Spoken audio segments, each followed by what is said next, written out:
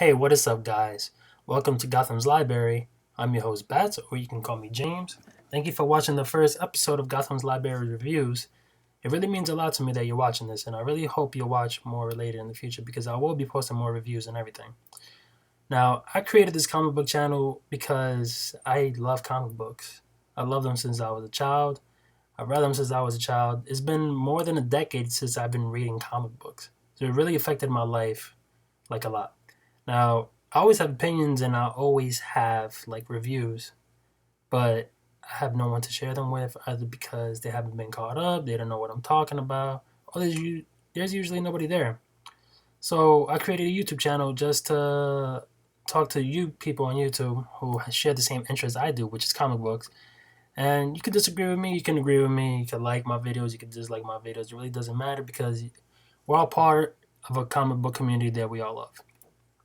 Now, today was a very special day because DC has released Rebirth #1, which is a one shot. And then they also released the Justice League issue number 50, which is part 10 of the Dark Side Wars. I've been loving this story arc like since since they said they were gonna make Darkseid and the Antimatter fight. I was like, oh crap, this thing is about to get like interesting. So today we are going to review Justice League number 50, part 10 of the Dark Side Wars.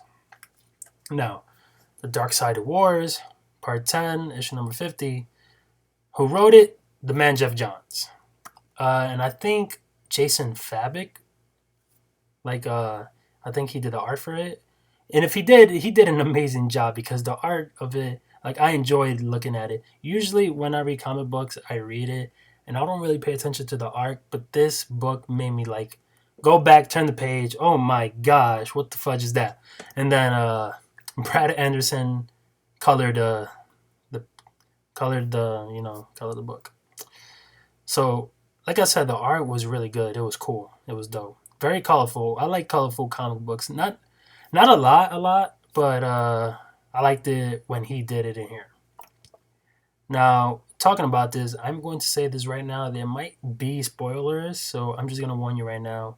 If you don't want to be spoiled, leave the video, buy the book, read it, enjoy it, then come back and then enjoy this review.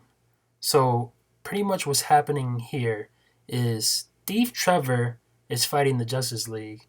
Now, if you don't know Steve Trevor, if you look back at Justice League 1, Steve Trevor used to date Diana, who is Wonder Woman. He's a normal human, but in issue 49, Grail brought Steve Trevor, and I'm pretty sure she put the anti-life equation in him. So he one-shotted Darkseid. I mean, not Darkseid, I'm sorry. He one-shotted the Anti-Monitor. That should say enough just right there. So Steve Trevor is fighting the Justice League along with Grail. Superwoman baby was born in issue 49, but they reveal the gender and is Lex Luthor's son. So it's a boy, and the father has been revealed also. So upon Superwoman's monologue about how she's going to rule the earth, blah, blah, blah, all that, Girl made fun of her by killing her and say, oh my god, that woman never shuts up, does she?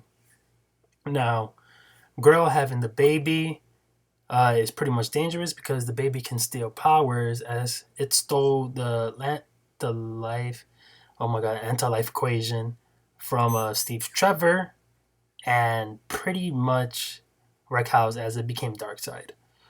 Power Ring dies because Black Racer and the Flash split up. Like I said again, the baby became Darkseid, so everybody focused on that because Darkseid is a huge threat, very huge threat. Batman finally separated from the Mobius chair. I like that a lot because you can't stay a god forever, and if he stayed on the chair, like if they decided to keep him on the chair, he's not Batman. He's just gonna be a guy on a chair that became God.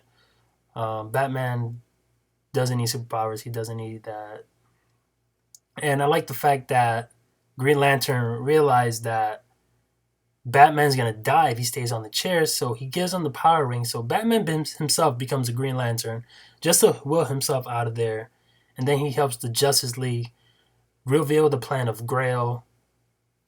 But while Batman left the chair, the Mobius chair, the chair that gives everybody, the person who sits on it, all knowledge of the universe, Owlman steals it. So that's a significant part because Owlman is just like Batman. He's from another different universe. He's Thomas Wayne Jr., Bruce Wayne's little brother. I'm pretty sure in Earth 3, who killed his parents, Bruce, and became evil and is the brains of the criminal syndicate. I'm sorry, the crime syndicate. Well, I don't know, was it criminal? But yeah.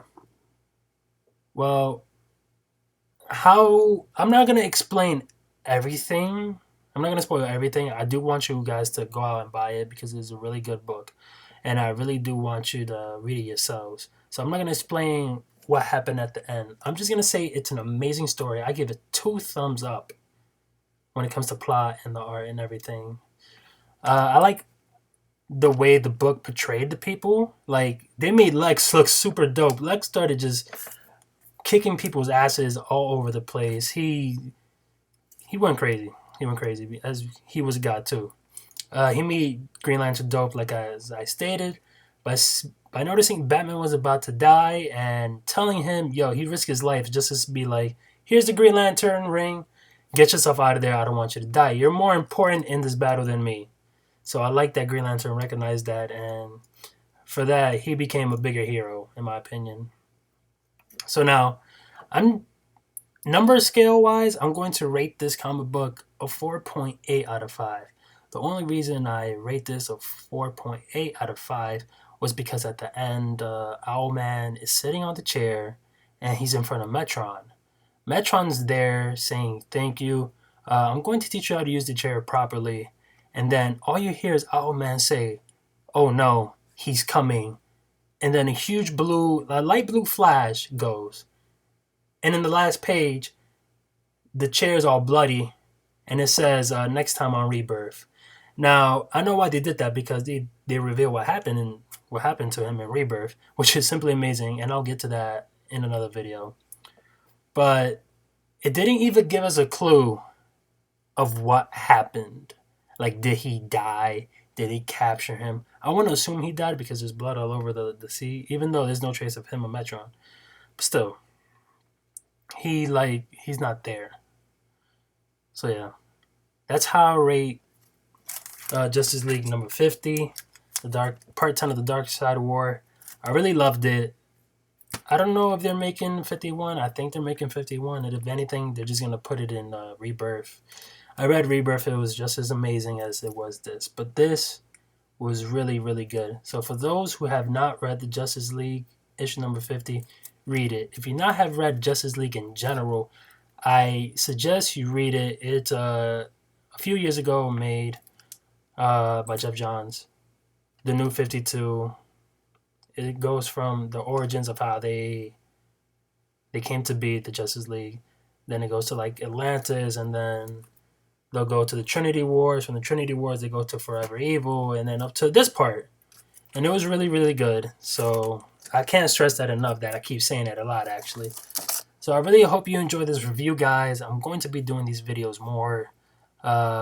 Just my next video is about to be on Rebirth, which, oh my god, was really, I can't wait. It was really amazing. It was really, really amazing.